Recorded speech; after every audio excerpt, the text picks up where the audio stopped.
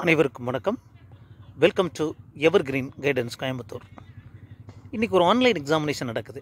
என்ன எக்ஸாமினேஷன்? தமிழ்நாட்டில் நிறைய இடங்களில் இந்த ஆன்லைன் எக்ஸாமினேஷன் நடக்குது.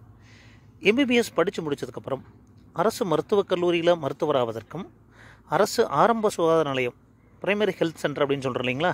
ஸோ இதெல்லாம் அரசு மருத்துவராவதற்கு மெடிக்கல் ரெக்ரூட்மெண்ட் போர்டு, அது டீச்சர்ஸ் ரெக்ரூட்மெண்ட் போர்டு இருக்குது. அந்த மாதிரி மெடிக்கல் ரெக்ரூட்மெண்ட் போர்டு ஒரு எக்ஸாமினேஷன் நடத்துகிறாங்க.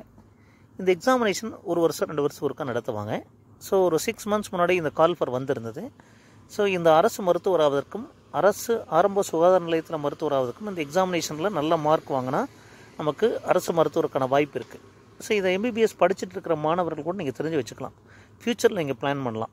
இதில் என்ன அட்வான்டேஜ் அப்படின்னா, நீங்கள் அரசு மருத்துவர் ஆனதுக்கப்புறம், அது கவர்மெண்ட் டாக்டர் ஆனதுக்கப்புறம் நீங்கள் ஒரு 3 வருஷம் 4 வருஷம் ஒர்க் பண்ணதுக்கப்புறம் போஸ்ட் கிராஜுவேட் படிக்கிறதுக்கு இன்சென்டிவ் மார்க்கெலாம் கிடைக்குங்க. அது ஒரு வருஷத்துக்கு இவ்வளோ மார்க்கு, ஒரு ஹில் ஸ்டேஷனில் ஒர்க் பண்ணிங்கன்னா ஒரு மார்க்கு, பிளைனில் ஒர்க் பண்ணால் ஒரு மார்க், இந்த மாதிரி நிறைய இன்சென்டிவ் ஸ்கீம் இருக்குது.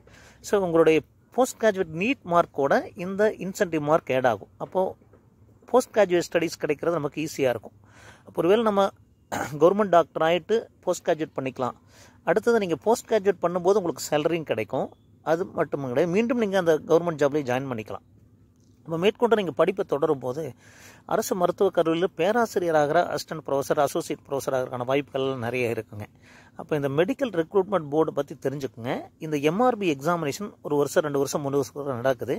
சார் இப்போ இந்த வருஷம் ஒரு 2500 3000 வேக்கன்சிக்கு பக்கமான ஒரு எக்ஸாமினேஷன் நடத்துகிறாங்க. அப்போது இந்த மாதிரி எக்ஸாமினேஷனை இப்போ மருத்துவம் படிச்சுட்டு இருக்கிற மாணவர்களும் தெரிஞ்சு வச்சுக்கோங்க.